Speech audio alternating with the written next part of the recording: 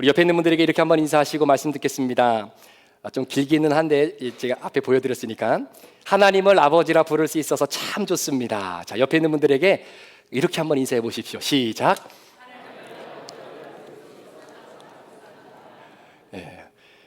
처음 말과 뒷말이 이게 쭉 가는 거 보니까 잘하시는 것 같아요.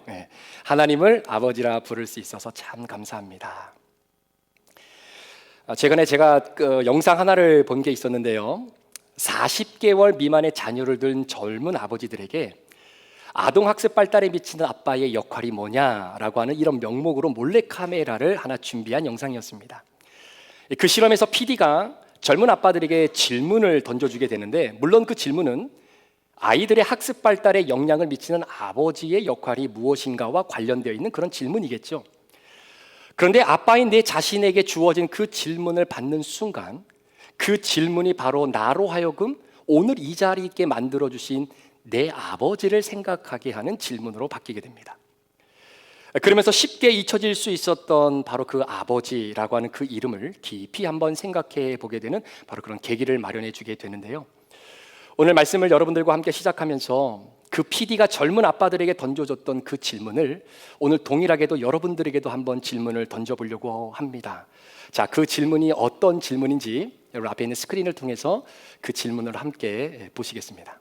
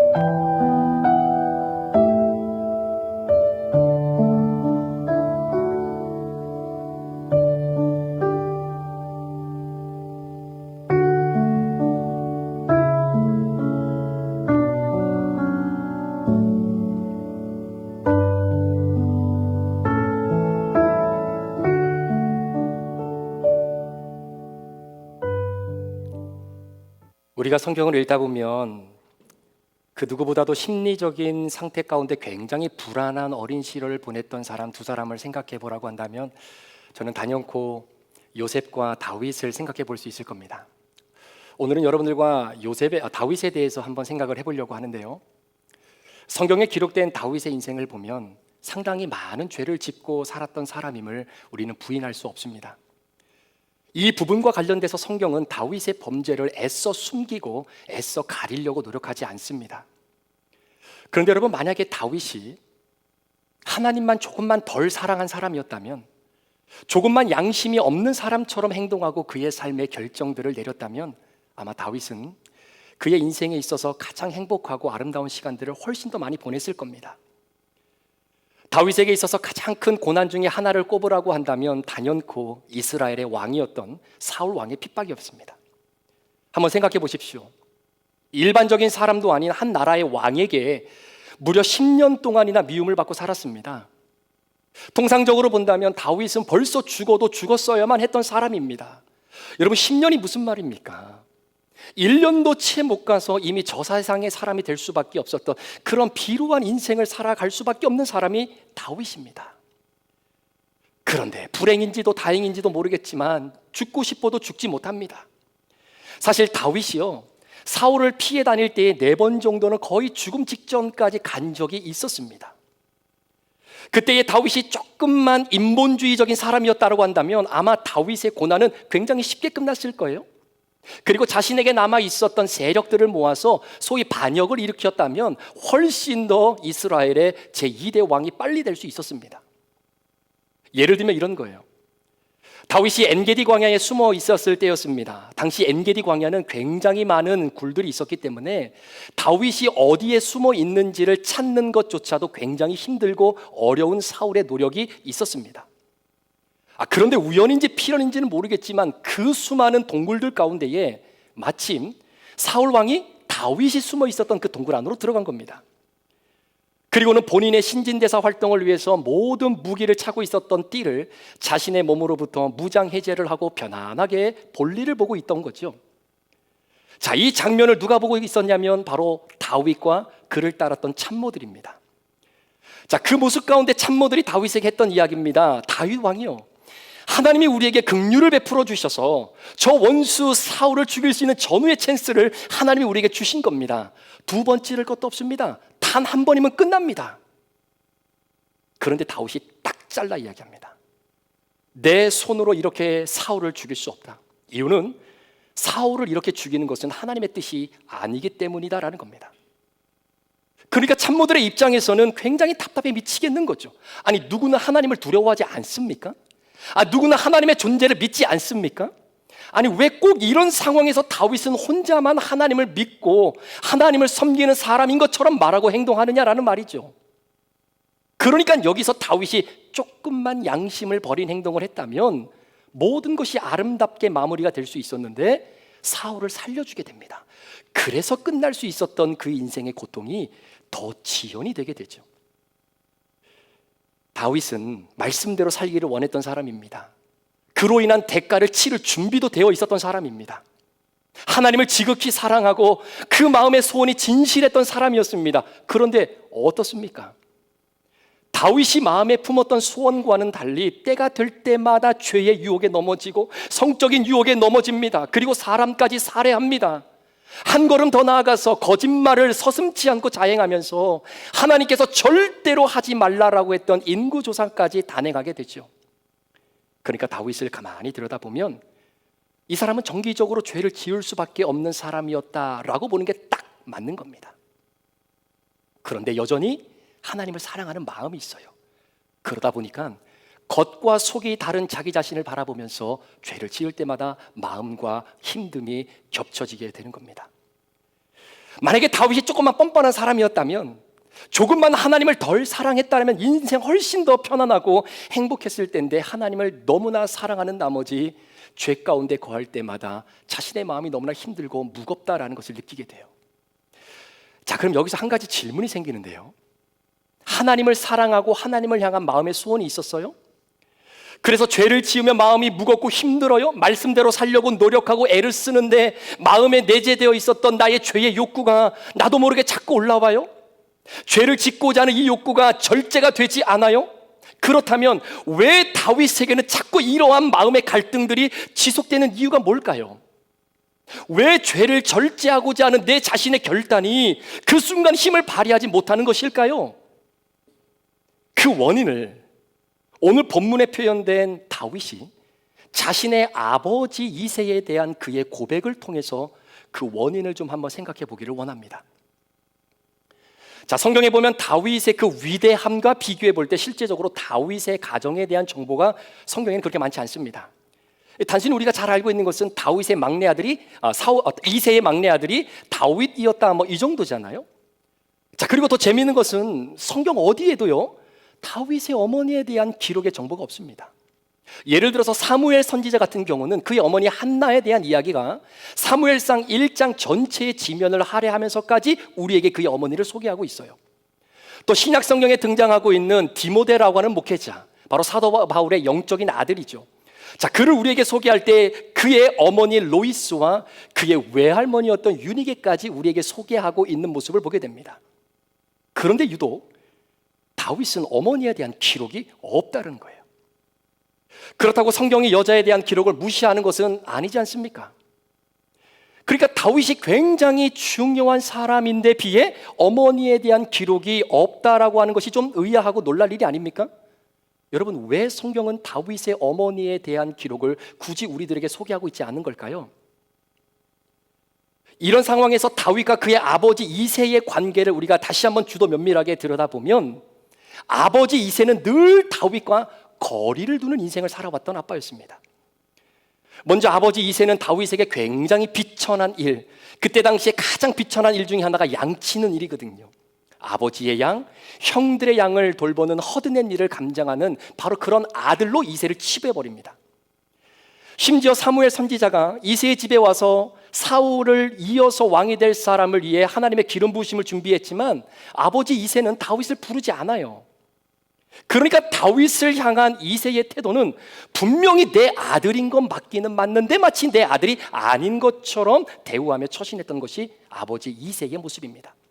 뿐만 아니라 이스라엘이 블레셋과 전쟁을 할 때에 전쟁에 참여했던 형들에게 아버지가 도시락을 좀 갖다 주라고 배달을 시키죠. 자, 그 현장 속에서 동생을 맞이했던 형들의 태도가 굉장히 시니컬하게 표현되어 있는 것을 본다면 다윗의 삶은 그렇게 녹록치만은 않았다라는 것을 이해할 수 있습니다.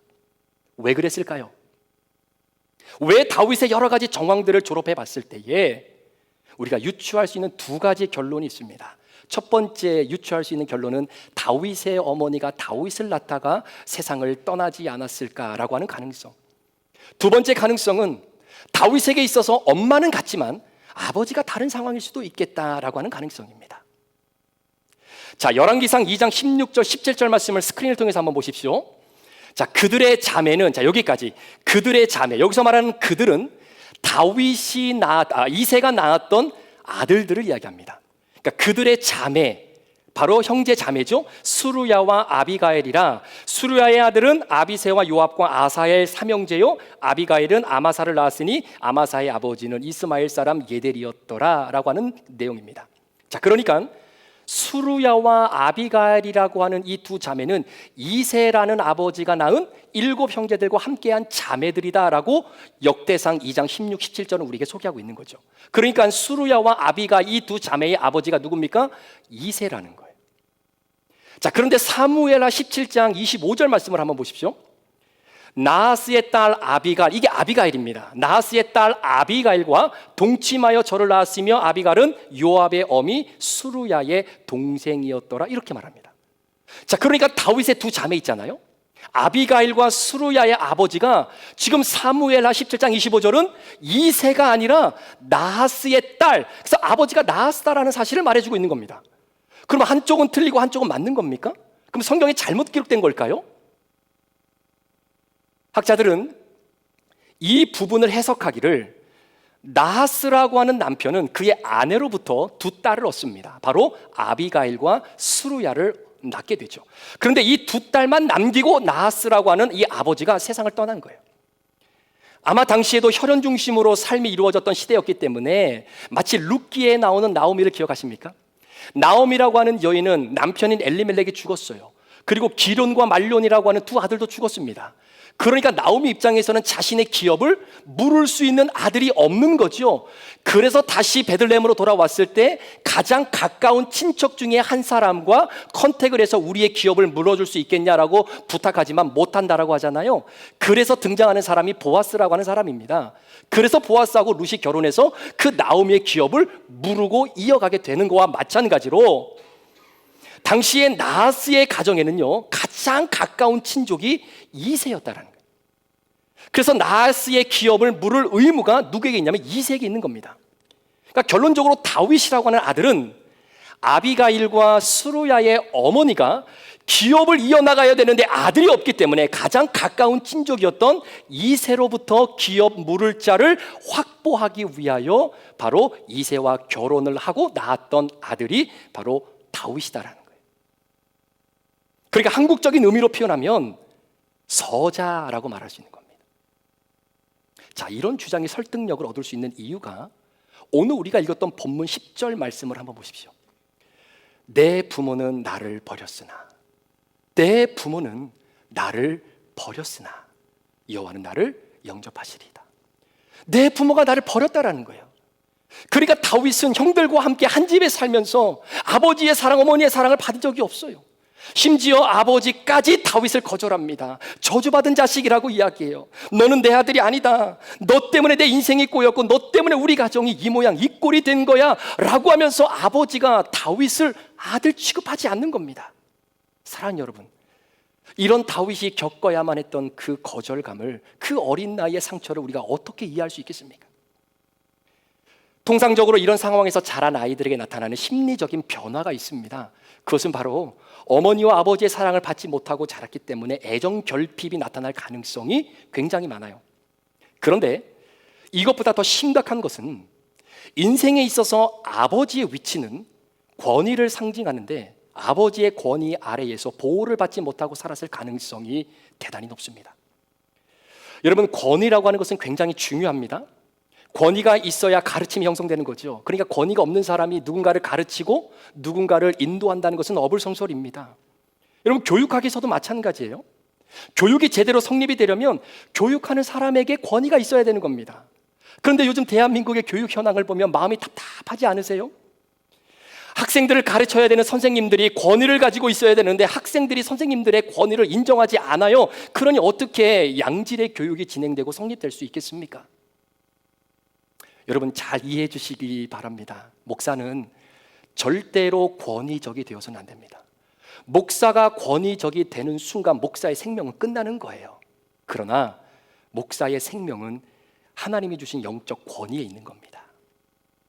한 사람의 인생에 있어서 아버지라고 하는 자리는 권위를 가지고 기준을 잡아주는 위치예요. 그러니까 한 가정에서 어머니의 존재는 자녀들에게 사랑을 베풀어주는 위치라고 한다면 아버지는 사랑하는 자녀들에게 울타리를 쳐주는 존재라는 겁니다. 울타리 안에 들어와 있으면 안전해, 괜찮아. 그런데 이 울타리를 벗어나면 안 돼, 위험해. 울타리 벗어나면 그건 죄야. 기준을 설정해 주는 존재가 아버지라는 거예요. 그래서 아버지의 역할이 진짜 중요합니다. 그러니까 우리 아내 되시고 엄마 되시는 우리 성도 여러분들, 이 세상에서 제일 미련한 엄마, 아내가 누군지 아세요? 자녀들 앞에서 아버지의 권위를 깔아뭉개는 엄마입니다.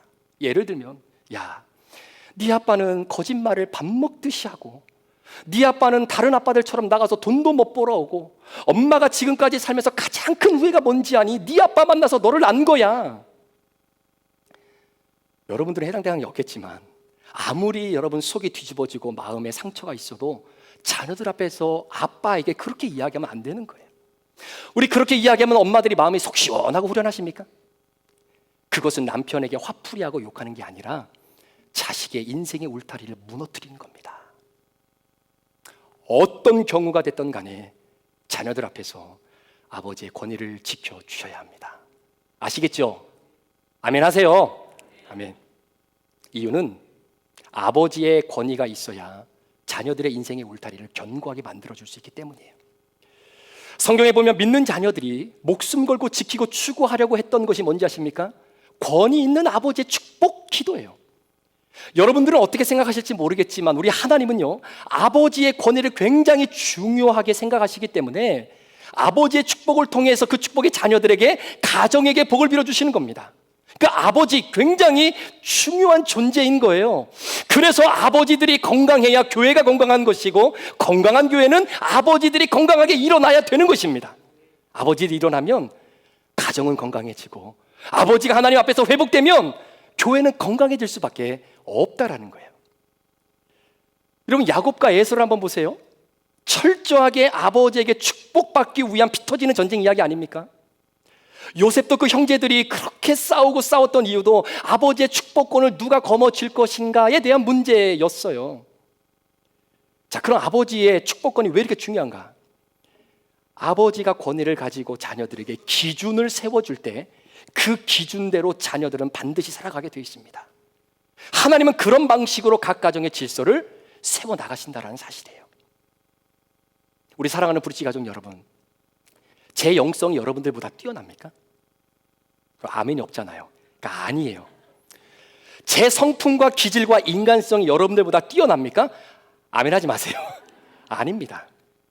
그럼에도 불구하고 하나님께서 목사인 저에게 권위를 주신 이유가 뭐냐면, 그래야 교회의 질서를 세워나갈 수 있기 때문입니다. 따라서 한 가정에서 아니면 어떤 곳에서 아버지라고 하는 존재는 한 사람의 인생에 절대적이라는 사실을 잊어서는 안 됩니다. 그래서 우리 아버지들이 누구보다도 하나님 앞에 회개하셔야 돼요. 진짜 내가 사랑하는 자녀들에게 주어진 그 인생의 길을 우리 자녀들이 믿음 안에서 잘 걸어가기를 원하십니까? 그러면 저를 포함해서 우리 아버지들이 먼저 하나님 앞에 무릎 꿇고 회개하셔야 됩니다. 한번 보시겠어요? 아버지는 흥청망청 쓰고 살면서 자녀들에게는 절약하고 올바른 길을 걸어가라 하면 자녀들이 걸어가겠습니까?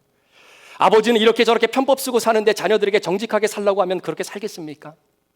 아버지는 큐티를 안 하는데 자녀들에게 큐티해라고 하면 자녀들이 큐티하겠습니까? 죄송하지만 절대로 그렇게 안 됩니다. 이유는 하나님께서 만드신 가정의 세팅과 구조 자체가 절대로 그렇게 움직여지지 않기 때문이에요. 그래서 우리 아버지들, 정말 여러분 눈에 넣어도 아프지 않는 자녀들이 하나님 안에서 정말 잘 되기를 원하시잖아요. 그리고 우리 아버지들부터 오늘부터 당장 우리 안에 있는 음란을 버리셔야 됩니다.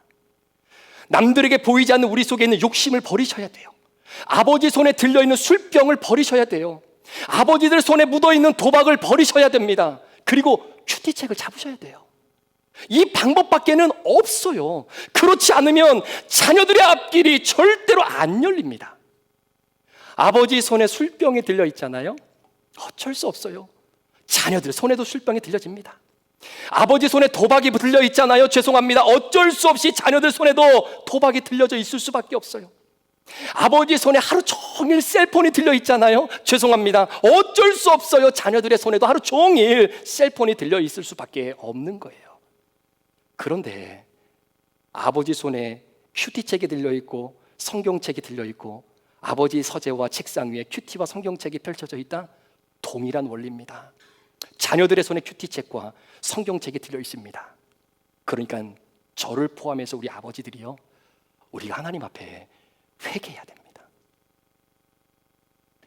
제가 드리고 싶은 말씀은 사람마다 죄패가 다 달라요. 따라서 내 자녀가 어떤 죄를 가지고 있는지를 정확히 보고 이 자녀에게 줄 수 있는 정확한 처방과 기준, 그리고 그 울타리를 설정해 주는 역할을 누가 하느냐? 아버지가 하는 겁니다. 따라서 어디까지가 죄인가? 그건 아버지가 결정해 주셔야 되는 거예요. 그래서 아버지 인생의 죄의 경계가 무너져 있으면 자녀들의 인생에도 동일하게 죄의 경계가 무너져 있게 되는 겁니다. 설사 자녀들이 죄를 향해 달려가더라도 아버지가 나에게 설정해 주었던 그 믿음의 경계와 기준이 그 자녀들에게 브레이크 역할을 하도록 우리 아버지들이 선을 그어 주어야 된다는 거예요. 그런데 다윗에게 일어났던 일들, 죄에 넘어지고 또 넘어지면서 돌이킬 수 없는 죄의 늪에 빠져 살아갔던 이유가 경계를 그어준 아버지가 다윗에게는 없었습니다. 옳고 그름은 알겠죠. 그런데 아버지가 하나님으로부터 부여받은 그 권위로 자신에게 설정해준 그 브레이크가 없어요. 안 보여요. 다윗 마음 안에 음란의 욕구가 치솟습니다. 교만과 욕심의 욕구가 뚫고 나오려고 합니다. 여러분, 마치 우주에서 지구를 촬영한 영상을 보면요, 이처럼 평온하고 아름다운 곳이 또 어디 있을까 싶어요. 그런데 여러분 아십니까? 그렇게 아름답고 평온해 보이는 지구 땅 속에서는 지금도 마그마가 들끓고 있다는 거예요. 언제 어디서 어떻게 지상을 뚫고 밖으로 터져 나올지 몰라요. 이처럼 우리 내면 안에도 남들이 볼 때는 아무런 문제가 없고 평안하고 자유스러워 보이지만 여전히 우리의 마음에는 죄의 마그마가, 세상의 정욕을 추구하고자 하는 욕망의 마그마들이, 음란의 마그마들이, 미움과 욕심의 마그마들이 내 안에서 나도 모르게 들끓고 있고 터져 나오기를 기회만 엿보고 있다는 겁니다. 오늘 다윗이 자신의 삶에 죄의 경계를 설정해 준 아버지가 없으니까 이걸 어떻게 이겨내며 살겠습니까? 그러니까 저를 포함해서 우리 아버지들이 잘 하셔야 됩니다. 아버지들 힘내셔야 되고요. 아버지들이 정말로 주님 앞에 믿음의 생활을 잘해 나가셔야 됩니다. 그러니까 아버지들 잘하십시오 라고 이렇게 설교를 마치면 우리 아버지들이 힘이 빠지실 것 같아요.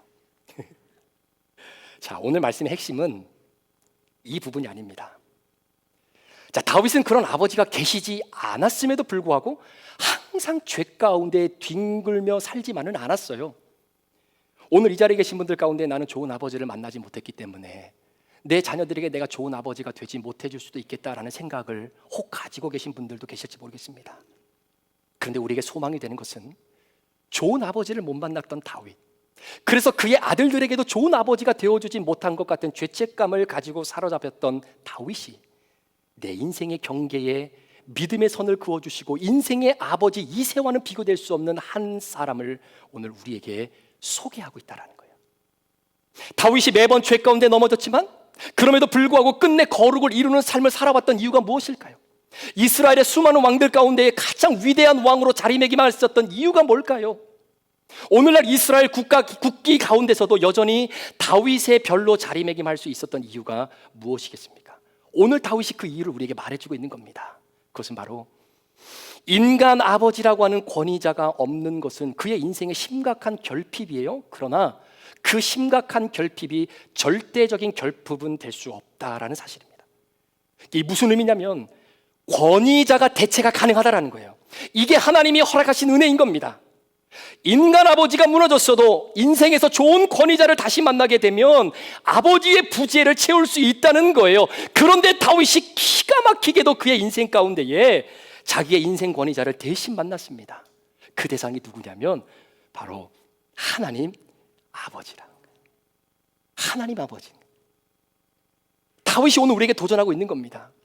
이 세상의 절대적 결핍은 권위가 있는 인간 아버지의 부재가 아니라 전능하신 하나님 아버지를 내가 아버지라고 부를 수 없는 것이 절대적인 결핍이라는 것이죠. 그래서 10절 말씀에 육신의 부모가 나를 인정하지 않고 버렸을지라도 하나님 아버지는 나를 끝까지 포기하지 않고 내 삶의 순간순간마다 말씀으로 경계를 그어주시며 이끄시는 분이다라고 하는 사실을 오늘 다윗이 저와 여러분들에게 고백하고 있는 겁니다. 다윗이 인생의 여정을 걸어가면서 이런 저런 일로 넘어지고 무너질 때마다 하나님 아버지를 찾고 인격적으로 하나님을 만납니다. 그게 시편 51편의 내용 아니겠습니까? 다윗이 인격적으로 하나님을 만났다라고 하는 그 의미는 성경이 하나님의 역할을 정의해 줄 때 그것은 아버지의 모습으로 설정해 놨다는 거예요. 그러니까 오해하지 마셔야 될 것은 어머니를 무시하는 것이 아닙니다. 오히려 종교개혁자들은 하나님을 어머니라고 정의하기도 하고 표현하기도 했어요. 그래서 어머니의 역할은 오히려 하나님이 하시는 역할보다는 하나님의 몸된 교회가 해야 되는 역할이 어머니의 역할이다라고 정의를 종교개혁자들은 내리기도 합니다. 그러니까 하나님의 영인 성령의 감동으로 기록되어진 하나님의 변함없으신 계시의 말씀 안에 기록되어져 있는 하나님 아버지의 역할은 바로 아버지라는 거예요. 하나님이 여러분의 아버지가 되시는 축복이 있기를 주의 이름으로 축원합니다.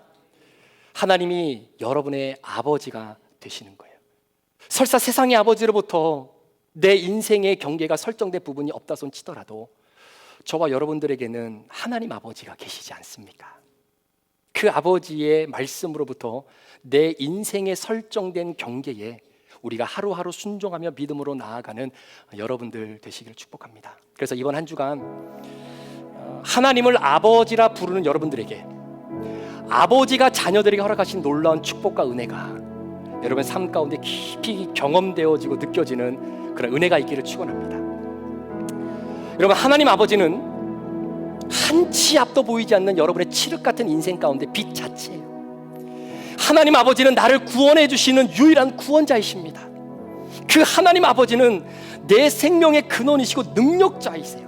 그렇기 때문에 우리가 하나님 앞에 이렇게 고백할 수 있는 것입니다. 하나님을 지금도 아버지라고 부를 수 있는 것이 얼마나 행복한 건지 모르겠습니다. 그래서 오늘 설교 제목을 그렇게 한번 잡아봤어요.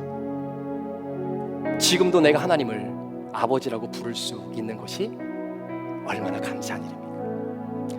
옆에 있는 분들에게 그렇게 한번 고백해 주십시오. 하나님을 아버지라 부를 수 있어서 저는 너무 행복합니다. 같이 한번 나눠보실까요? 네.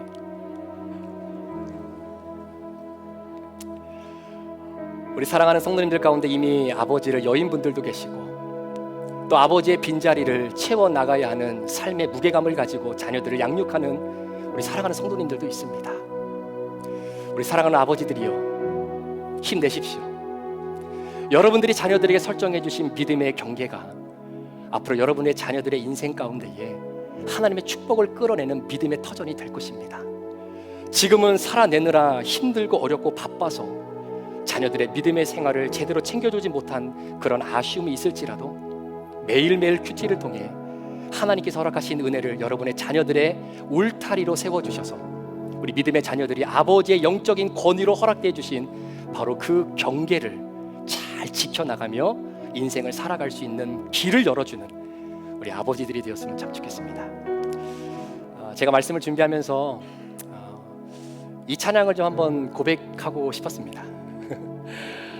저의 고백이기도 하고 또 아버지들의 고백이기도 할 것 같고요, 또 하나님을 아버지라고 부르는 우리 모두의 고백이 될 수도 있을 것 같습니다. 그 믿음의 고백을 가지고 우리 같이 한번 이 찬양 함께 주님 앞에 올려드렸으면 좋겠습니다.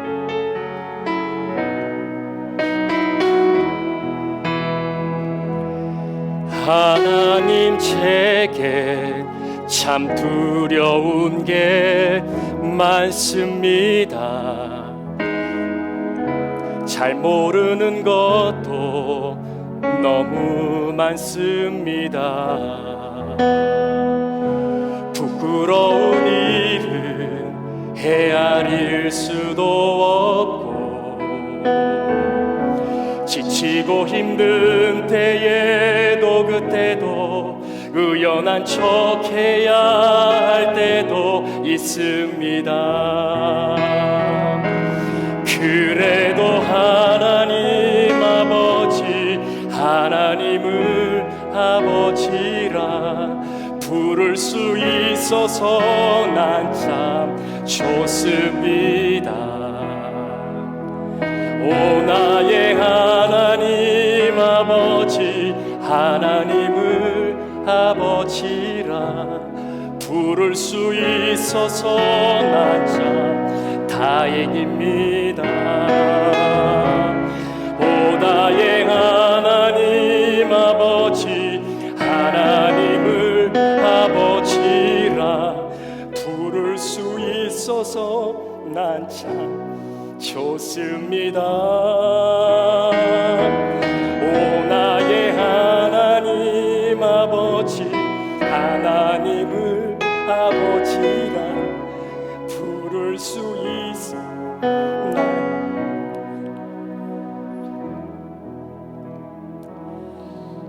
제가 개인적으로 참 힘들 때 많이 하나님 앞에 불렀던 찬양인데, 이번 한 주 말씀을 준비하면서 내가 지금도 하나님을 아버지라고 부를 수 있는 이 기회가 여전히 내게 주어졌다라는 그 사실 자체가 얼마나 귀하고 감사한지 다시 한번 새삼 깨닫게 되었습니다. 사랑하는 여러분, 우리의 삶의 여정 속에 하나님을 아버지라고 부르지 못할 이유가 없습니다. 아무리 여러분들이 죄 가운데 있을지라도, 아무리 하나님과 멀리 떨어져 있다 손치더라도 하나님을 아버지라고 부를 수 있는 그 한마디의 고백으로 다시 하나님이 여러분을 붙잡아 주실 겁니다. 이번 한 주간 그런 하나님의 자녀로 믿음 안에서 힘을 내어 살아갈 수 있는 그런 복된 한 주가 되어주시고, 우리 아버지들 많이 축복해 주십시오. 아버지의 권위가 결국 가정의 권위이고, 그 권위를 통해 자녀들에게 허락되어지는 놀라운 축복이 여러분의 자녀들에게 아름답게 흘러가기를 주 이름으로 축복합니다. 우리 말씀 붙잡고 잠시 기도 한번 하실까요? 오늘 우리의 아버지 되시는 하나님께서 오늘 여러분들에게 말씀해 주십니다. 내가 네 인생 경계에 그어줄게. 내가 너의 삶의 믿음의 경계에 그어주고 죄의 경계에 그어줄게. 하나님께서 우리에게 말씀으로 늘 말씀해 주시는 그 경계를 잘 지켜나가며 우리 아버지들이 다시 한번 일어나셔서 우리 자녀들을 잘 세워주시고 큐티하면서 자녀들과 함께 예배하며 우리 자녀들이 앞길에 설정되어지는 믿음의 울타리가 견고하게 세워져 나갈 수 있기를 축복합니다. 오늘날 가정이 많이 무너져가고 있는 이 시대 가운데에 우리 사랑하는 우리 브릿지 가정의 귀한 가정들 늘 강건케 하여 주시고, 또 힘들고 아팠던 경험이 있었던 가정들은 주여 다시 한번 힘을 주시고 내주셔서 정말로 아버지 하나님이 나의 하나님임을 믿음으로 고백하며 주님의 영광 위에 살아갈 수 있는 우리 믿음의 귀한 권속들 될 수 있도록 하나님, 우리 교회를, 우리 가정을, 우리 아빠들을, 아버지들을 하나님 붙잡아 주옵소서. 여러분, 음란을 버리시기를 축원합니다. 여러분, 술병을 버리시기를 축원합니다. 여러분, 도박을 버리시기를 축원합니다. 하나님의 말씀을 붙잡으십시오. 하나님의 말씀을 붙잡아야 여러분의 자녀가 사는 겁니다. 여러분의 가정이 사는 겁니다. 이 시간에 함께 주님 앞에 결단하며 우리 주여 한번 외치고 통성으로 기도합니다. 주여, 하나님 아버지 감사합니다. 이 시간에 주님께서 나에게 주시는 말씀으로 고백합니다. 하나님, 내 안에 있는 음란을 버립니다. 하나님, 내 안에 있는 욕심을 버립니다. 하나님, 내 안에 있는 타락을 버립니다. 하나님, 우리 아버지들이 다시 한번 회복되게 도와주시고 우리 아버지들은 좀 믿음으로 주님을 바라보고 나갈 수 있도록 우리 하나님 인도해 주시길 간절히 원하며 기도합니다. 하나님 아버지, 우리 사랑하는 그 아버지들을 용서해 주시고 회개하며 나갈 때마다 하나님의 놀란 역사와 은혜가 아름답게 충만히 버릴 수 있도록 우리 하나님 인도해 주시길 간절히 원하며 기도하기 원합니다. 하나님, 우리 아버지들이 회복되어지기를 원합니다. 가정이 회복되어지기를 원합니다. 아버지, 힘들고 지쳤던 마음들이 있는 우리 아버지들, 아버지 다시 한번 믿음으로 회복시켜 주시고 하나님을 아버지라 부를 수 있기에 하나님, 나는 참 감사합니다.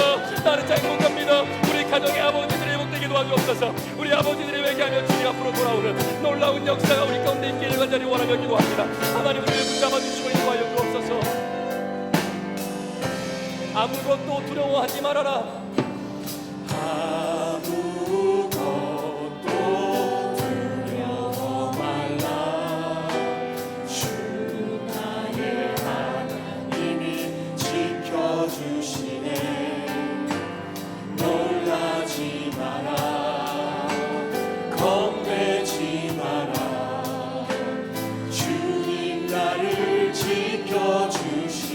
나의 하나님 아버지가 고백합니다. 아무것도 두려워하지 말라.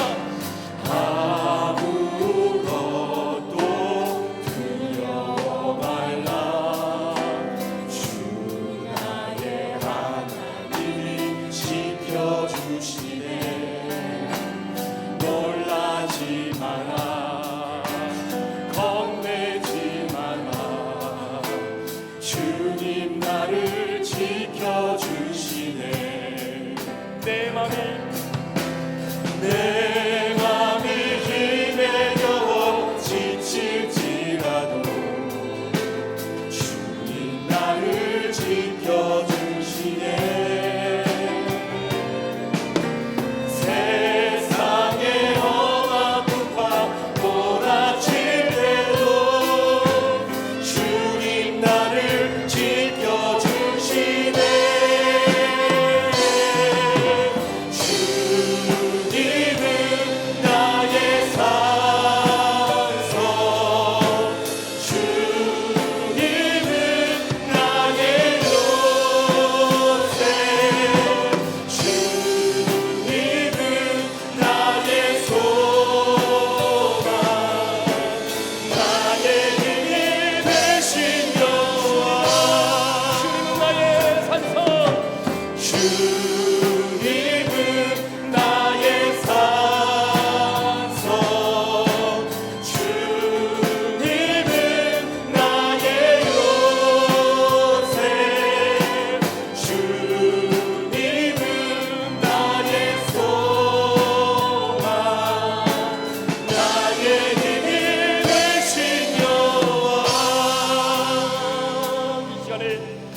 같이 한번 회개하며 같이 한번 기도 한번 더 했으면 좋겠습니다. 우리 아버지들 다시 한번 주님 앞에 회개하시고, 내가 그렇게 아버지로서의 영적 권위를 잘 이어나가지 못했던 나의 부족함과 연약함이 있습니다. 하나님, 정말로 남들이 볼 때는 아무런 문제가 없는 아빠처럼 보였지만 여전히 내 마음속에는 남들이 보지 못하는 죄악들이 마그마처럼 들끓고 있었던 주여, 나의 이 연약함들을 주님 앞에 회개합니다. 주여, 나를 다시 한번 불쌍히 여겨주시고 우리 가정을 세워주셔서 아빠로서의 영적 권위를 다시 한번 회복할 수 있도록 하나님, 나를 붙잡아 주시옵소서. 그렇게 기도하시고, 우리 아내 되시는 분들, 엄마 되시는 분들은 나도 모르게 남편을 자녀들 앞에서 정말로 그 권위를 망가뜨리게 했던 말과 행동들이 있다면 하나님 용서하여 주옵소서. 앞으로 남편을 더 위해 기도하고 함께 서포트하는 믿음의 자리를 잘 지켜나가는 아내로서의 역할을 잘 감당하겠습니다. 우리 이런 마음으로 주님 앞에 결단하며 우리 다시 한번 마지막으로 한번 더 기도하겠습니다. 기도합니다. 주여, 하나님 아버지 감사합니다. 우리 아버지들이 주님 앞에 회개하며 나갑니다. 하나님보다 더 사랑하는 것들이 너무나 내 안에 많았습니다. 하나님 아버지, 내 힘과 내 능력으로 가정을 이끌려고 했습니다. 내 힘과 내 능력으로 자녀들을 양육하려고 했습니다. 하나님, 내 힘과 능력으로 아버지 우리 가정을 이끌어가려고 했습니다. 하나님 아버지, 내가 너무나 부족하고 연약합니다. 하나님, 내가 힘으로 감당할 수 없습니다. 하나님 용서하여 주옵소서. 하나님 아버지 용서하여 주옵소서. 하나님 아버지 용서하여 주시고 하나님의 말씀과 믿음의 기쁨으로 나아갈 수 있도록 우리 하나님 인도하여 주시기가 되는 바람에 도와주시기 원합니다. 하나님 아버지, 시간에 도와주 우리 하나님 아버지, 정말 아버지의 영적 권위를 믿음으로 나아갈 수 있도록 도와주여 주시고 하나님의 영적 권위를 나아갈 수 있도록 우리 하나님의 우리 가정을 이끌어 주옵소서. 우리 동료들의 가정을 이끌어 주옵소서. 하나님, 이가 우리에게 복을 주옵소서. 우리 하나님 인도하여 주시기가 되는 바람에 도와주시기 원합니다. 하나님 아버지, 주님은 나의 산성, 주님은 나의 산성, 주님은 나의 요새, 주님은 나의 소망. 우리 일어나 찬양합니다. 마지막으로 우리 교회가 되어 주님 하나님 나의 아버지십니다. 주님은 나의 산성, 주님은 나의 산성, 주님은 나의 요새, 주님은 나의 소망, 나의 힘 되신 여호와.